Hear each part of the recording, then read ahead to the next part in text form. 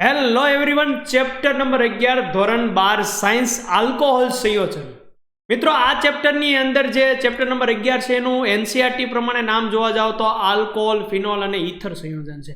પરંતુ તમને બુકની અંદર આલ્કોહોલ સંયોજનની સાથે અમુક બાબત ફિનોલ સંયોજનની આપેલી છે, ત્યારબાદ ઇથર સંયોજનની પણ કંઈક વાત કરેલી છે. પરંતુ આ બધી વસ્તુ મનની અંદર લોચા ઉત્પન્ન કરે અને મનની અંદર થોડીક મગજની અંદર રાસાયણિક પ્રક્રિયાઓ જો થઈ જાય તો આપણને કંઈક યાદ ન રહે.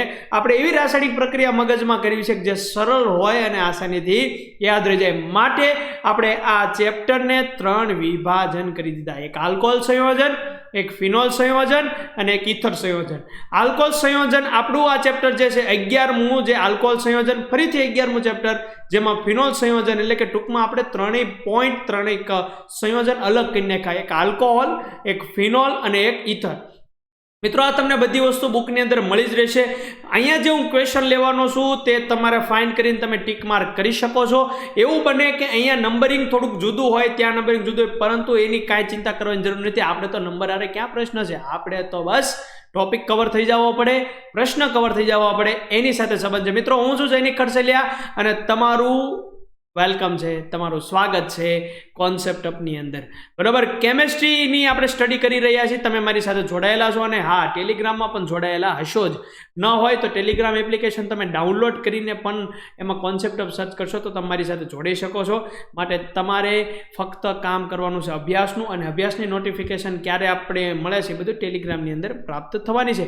લેક્ચર નંબર 1 ની અંદર આપણે જોવાના છીએ વર્ગીકરણ. આલ્કોહોલ સંયોજનનો લેક્ચર નંબર 1 ની અંદર વર્ગીકરણ જોશું. બરાબર, આલ્કોહોલ સંયોજન પહેલા પ્રથમ તો શા માટે? તો આલ્કોહોલ સંયોજનની અંદર મિત્રો શું આવે છે? OH સમૂહ આવે છે. શું આવે છે? OH.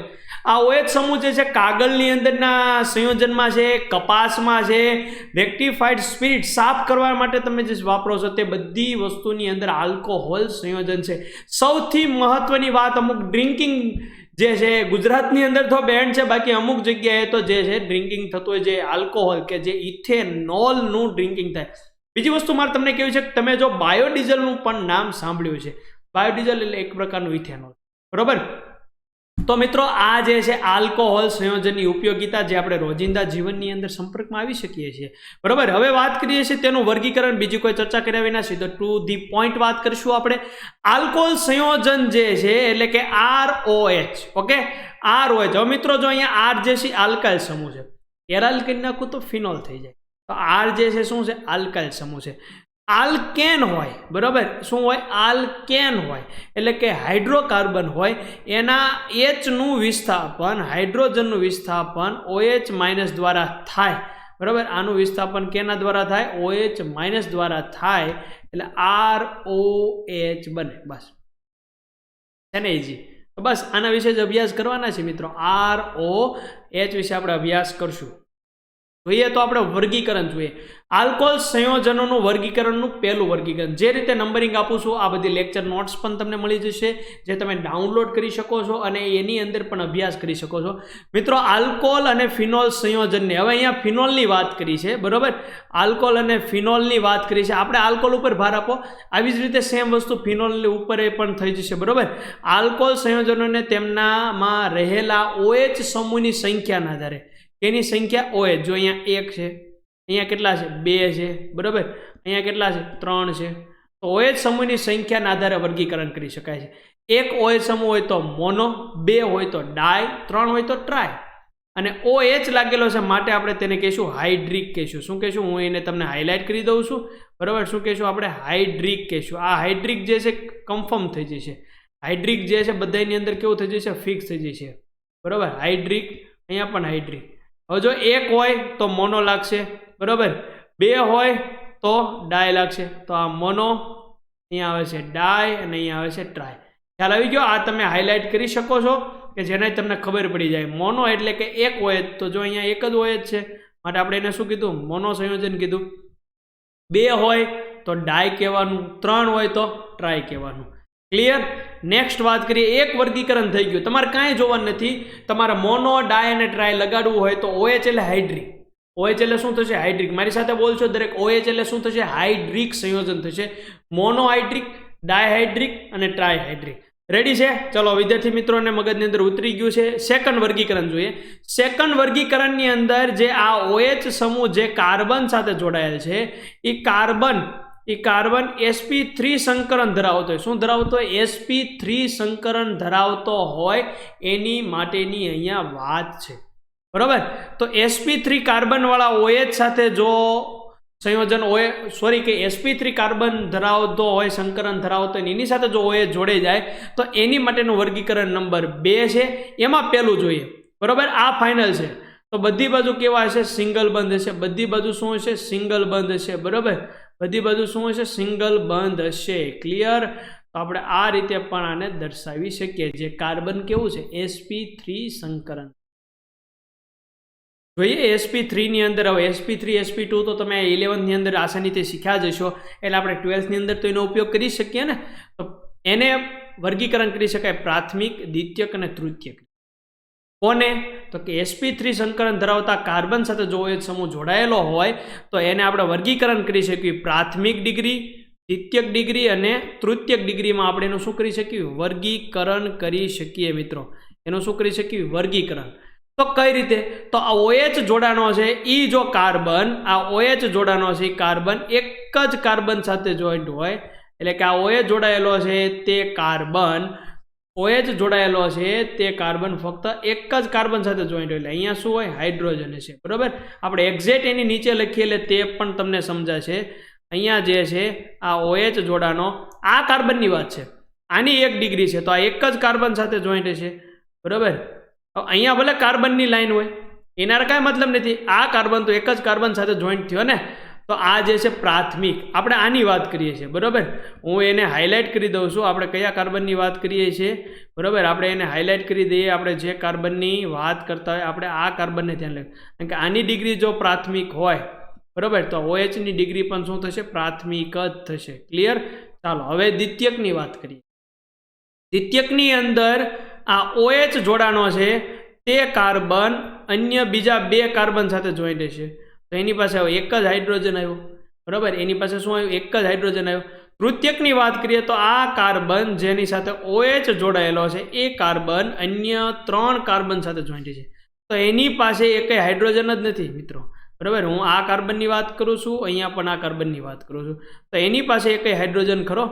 એની પાસે એકેય હાઇડ્રોજન નથી. એટલે હવે તમે ચતુર્થકની વાત કરો કે ચતુર્થક આવે કે નહીં જોઈ લઈએ. બરોબર?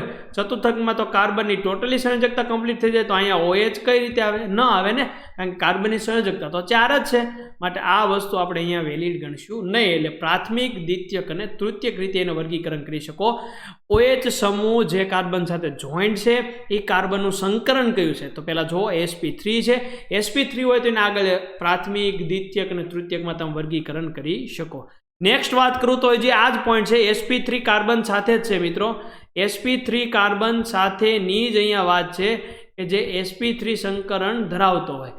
sp3 સંકરણ ધરાવતો હોય એ કાર્બન, બરોબર, એ કાર્બન sp3 સંકરણ ધરાવતો હોય તે કાર્બન ની સાથે જે જોડાયેલો છે કાર્બન દ્વિબંધમાં હોય. એટલે આ કેવા શું માગે છે એ સમજો. બરોબર? આ ખાસ સમજો. આ કેવા શું માગે છે? એલાઇલિક સંયોજન, એલાઇલિક આલ્કોહોલ સંયોજન કોને કહેવાય? તો કે દ્વિબંધ, પછી કાર્બન અને પછી OH. આને એલાઇલિક કહેવાય. બરોબર? આ તમારે ખાસ યાદ રાખવાનું છે. આને એલાઇલિક સંયોજન કહેવાય.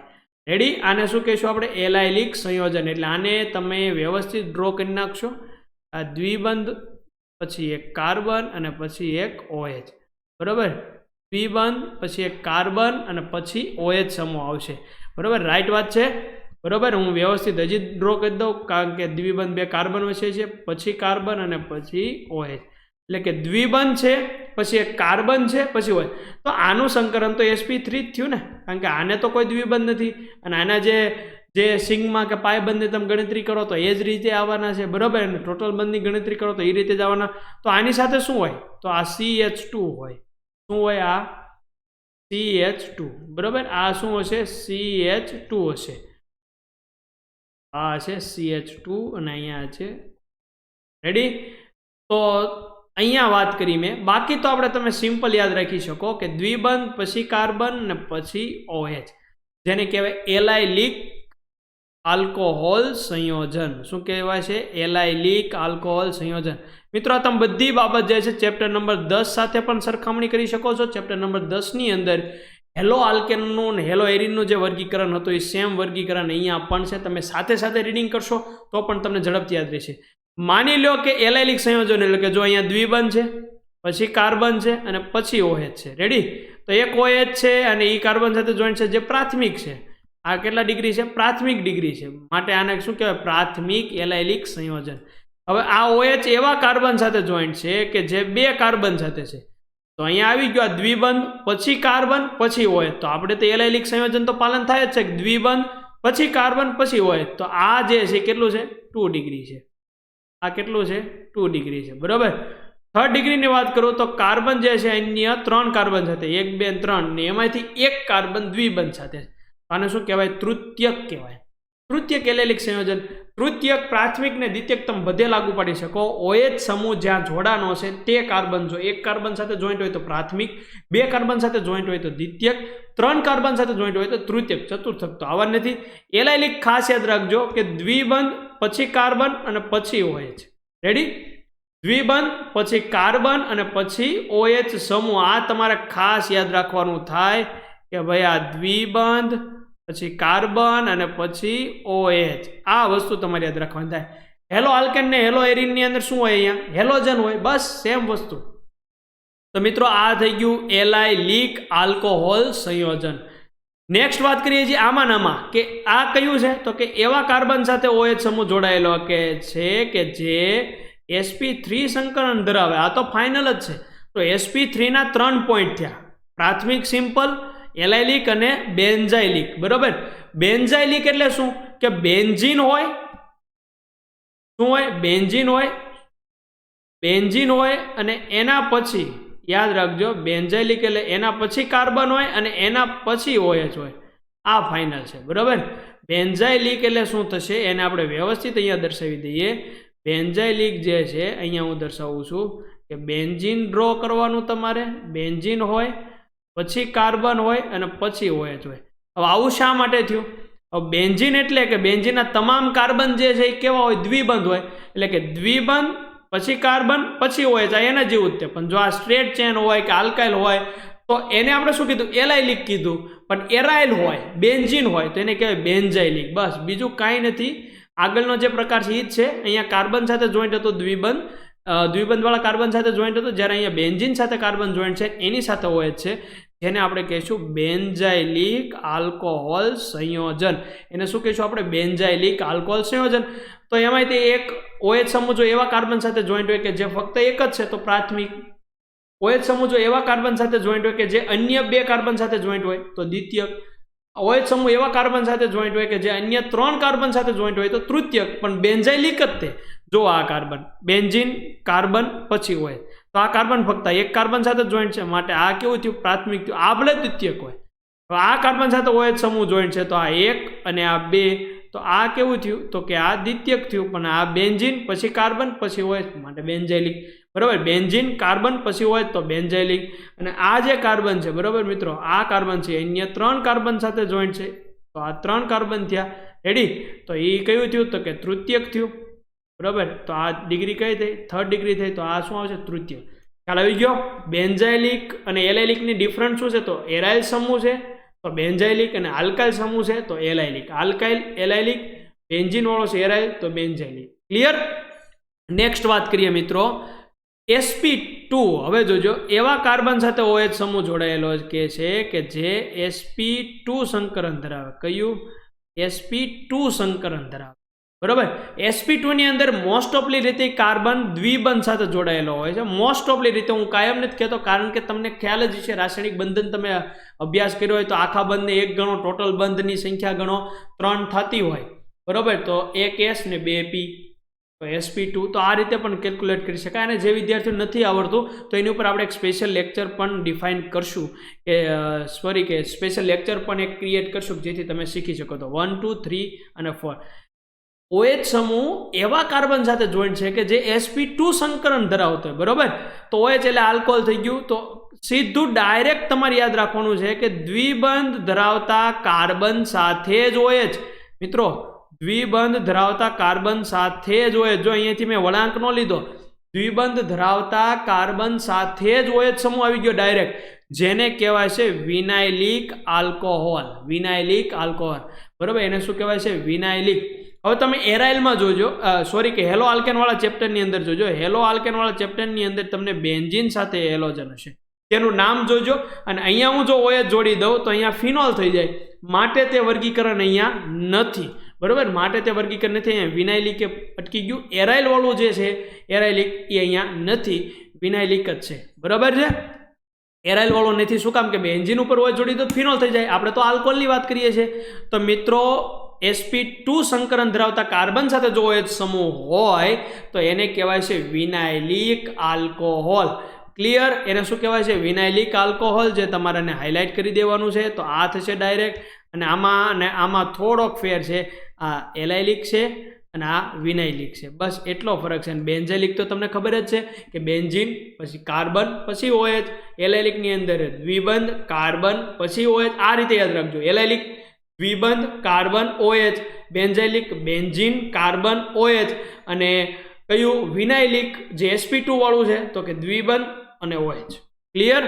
તો મિત્રો આ જે છે એનું વર્ગીકરણ છે, આ જે છે શું છે એનું વર્ગીકરણ છે. અને એમાંથી હવે આપણે શું કરવી, થોડાક પ્રશ્નો સોલ્વ કરીએ. આ બધા પ્રશ્નો તમને NCERT ની અંદર મળી જશે. ક્રમ તમને લખાણ સંબંધિતની અંદર પ્રશ્ન હોય, સ્વાધ્યાયની અંદર હોય તો તમે આસાનીથી તેને ફાઇન્ડ કરી શકશો. આ સંયોજનની અંદર તમારે પ્રાથમિક, દ્વિતીયક અને તૃતીયક આલ્કોહોલ ઓળખવાનો છે. તો પહેલા OH ગોતી લો. OH જે કાર્બન સાથે જોઈન્ટ છે એ કાર્બનને પકડો. એ કાર્બન કેટલા કાર્બન સાથે જોઈન્ટ છે? 1, માટે અહીંયા આવશે પ્રાથમિક. આનો શું જવાબ આવશે? પ્રાથમિક જવાબ આવશે મિત્રો. શું કામ કે એ કાર્બન તો 1 કાર્બન સાથે જોઈન્ટ છે. એ કાર્બન ભલે 3 સાથે જોઈન્ટ હોય, પણ એ જેની સાથે જોઈન્ટ છે એ તો 1 કાર્બન સાથે જ છે ને. ચાલો પહેલા અહીં ગોતી લો OH. આ OH સમૂહ જે છે એ જે કાર્બન સાથે જોઈન્ટ છે એટલે અહીંયા પકડાઈ ગયું. OH ને કાઢી નાખો, બરાબર. પહેલા OH ગોતવાનું, અને OH જેની સાથે જોડાનો છે એ કાર્બનને ગોતવાનું. એ કાર્બન કેટલા કાર્બન સાથે જોઈન્ટ છે? 1. તો આ પણ શું થઈ ગયું? પ્રાથમિક. આ પણ પ્રાથમિક, આ પણ પ્રાથમિક. અહીંયા જો OH ગોતી લીધું તો OH ને મૂકી દો, એ કાર્બનને ગોતી લો તો એ કાર્બન કેટલા સાથે જોઈન્ટ છે? તો 1 કાર્બન સાથે. તો આ પણ આવી ગયું પ્રાથમિક. હવે જો આ OH સમૂહ પકડ્યો અને આ કાર્બન પકડ્યો. આ કાર્બન કેટલા કાર્બન સાથે જોઈન્ટ છે? તો કે 1 અને અહીંયા 2. આ 2 છે. તો આ શું આવી ગયું? દ્વિતીયક. શું આવી ગયું? દ્વિતીયક. આ પ્રાથમિક હતું, આ દ્વિતીયક થઈ ગયું. હવે જો OH ગોઈતો, એ કાર્બન ગોઈતો, બરાબર. તો એ કાર્બન કેટલા કાર્બન સાથે છે? તો 2. તો આ આવી ગયું દ્વિતીયક, બરાબર. આ શું આવશે? દ્વિતીયક આવશે. રેડી? આ જે આવશે એને હું નીચે લખી નાખું છું, જે આ આવશે દ્વિતીયક. અહીંયા જો OH ગોતી લીધો, એની જેની સાથે જોડાણ કાર્બન ગોતી લીધું, કેટલા કાર્બન છે? તો કે 3. તો આનો જવાબ આવશે તૃતીયક, બરાબર. હવે વાત કરી દઈએ તો કે આ જે છે મોનોહાઇડ્રિક થઈ ગયું, બરાબર. આ મોનોહાઇડ્રિક છે, મોનોહાઇડ્રિક છે, મોનોહાઇડ્રિક, તમામ મોનોહાઇડ્રિક છે. હવે આમાં એલાઇલિક ને બેન્ઝાઇલિક જો આપણે ટ્રાય કરીએ ગોતવામાં, દ્વિબંધ કાર્બન અને OH, તો એલાઇલિક. તો આ એલાઇલિક આલ્કોહોલ સંયોજન થયું, બરાબર. ચાલો સિમ્પલ. અહીંયા પણ બેન્ઝીન કાર્બન ને પછી OH, તો આ છે બેન્ઝાઇલિક. આ કયું છે? બેન્ઝાઇલિક. અહીંયા તમે જોઈ શકો છો બેન્ઝાઇલિક. ક્લિયર? બેન્ઝીન કાર્બન પછી OH. સાવ સરળ છે મિત્રો. બેન્ઝાઇલિક સંયોજન આવી ગયું. આ જો બેન્ઝીન કાર્બન પછી OH આવવું પડે, એ નથી એટલે અહીંયા તો એ થવાનું નથી. દ્વિબંધ કાર્બન અને OH, તો આવી ગયું એલાઇલિક. આ કયું આવી ગયું? એલાઇલિક. ક્લિયર? તો મિત્રો અહીં સુધી હતું એનું વર્ગીકરણ. અને તમે બધા વર્ગીકરણના જે વિડીયોને ફરી એક વખત રિવાઇઝ કરી લેજો. બુકની અંદર પણ હાઇલાઇટ કરી શકો છો. જેનું વર્ગીકરણ આપણે જોઈ લીધું. કઈ રીતે જોયું? તો કે સંખ્યાના આધારે મોનો, ડાય અને ટ્રાય. પછી જોયું આપણે sp3 કાર્બન હોય અને એની સાથે OH જોડાનો હોય તો 3 પ્રકાર જોયો. ડાયરેક્ટ સિમ્પલ, કોઈ બંધ ન હોય, દ્વિબંધ ન હોય, ડબલ બંધ ન હોય કે બેન્ઝીન ન હોય, એની માટે જોયું તો કે પ્રાથમિક, દ્વિતીયક અને તૃતીયકની વાત કરી, બરોબર. પછી બંધ આવે તો એલાઇલિકની વાત કરી. એમાં શું કે દ્વિબંધ કાર્બન પછી OH. પછી બેન્ઝાઇલિકની વાત કરી, બેન્ઝીન કાર્બન પછી OH. પછી આપણે વિનાઇલિકની વાત કરી કે દ્વિબંધ સાથે જ ડાયરેક્ટ OH, બરોબર. તો આ બધા નામ તમારે યાદ રાખવાના થાય. તો અહીં સુધીનો આપણો આ સેશન છે. નેક્સ્ટ વિડીયોમાં આપણે આગળના પોઈન્ટ પણ કવર કરશું.